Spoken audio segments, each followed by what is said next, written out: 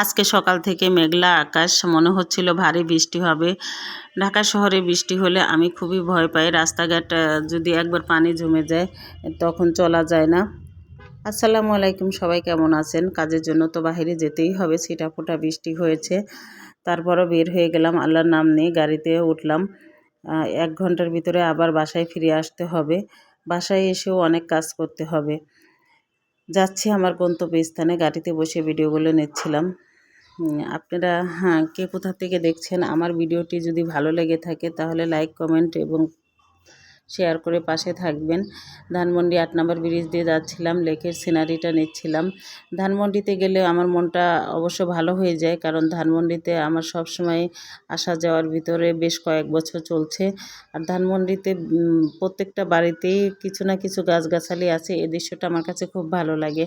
প্রকৃতি দেখলে পরে আসলে মন মানসিকতা অনেক ভালো হয়ে যায়।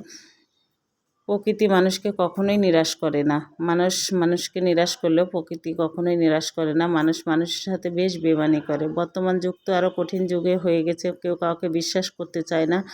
মানুষ শুধু মানুষকে ঠকায়। এর জন্য কেউ কাউকে বিশ্বাস করতে চায় না। যাচ্ছি আর ভিডিও নিচ্ছি। এটা আমার প্রথম ব্লগ ভিডিও। আল্লাহর নাম নিয়ে ব্লগ ভিডিও শুরু করেছি আমার পেজে। আশা রাখি আপনারা সবসময় পাশে থাকবেন। ধানমন্ডির বাড়িগুলো বেশ সুন্দর। নতুন নতুন বিল্ডিং হয়েছে। এখানে একটা তরমুজের ফলের দোকান দেখতে পেলাম।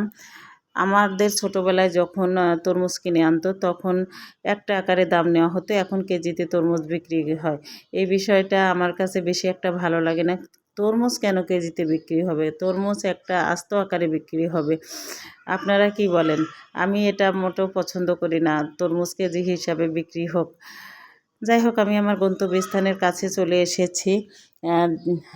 আমি আমার কাজ সেরে বাসায় আসবো। বাসায় এসে ইফতারি তৈরি করতে হবে। বাচ্চারা আছে, রোজার সময় বাইরে বেশিক্ষণ থাকা যায় না, কাজটা সেরেই চলে আসবো। লিফটে উঠছিলাম আর ভিডিও নিচ্ছিলাম। আপনারা কে কোথা থেকে আমার ভিডিওটি দেখলেন অবশ্যই একটু কমেন্ট করে জানিয়ে যাবেন। আশা রাখি আপনারা আমাকে ভালোবাসা দিবেন। আপনাদের ভালোবাসা নিয়ে আমি পথ চলতে চাই। সবাই ভালো থাকবেন, সুস্থ থাকবেন, আমার জন্য দোয়া করবেন। আসসালামু আলাইকুম।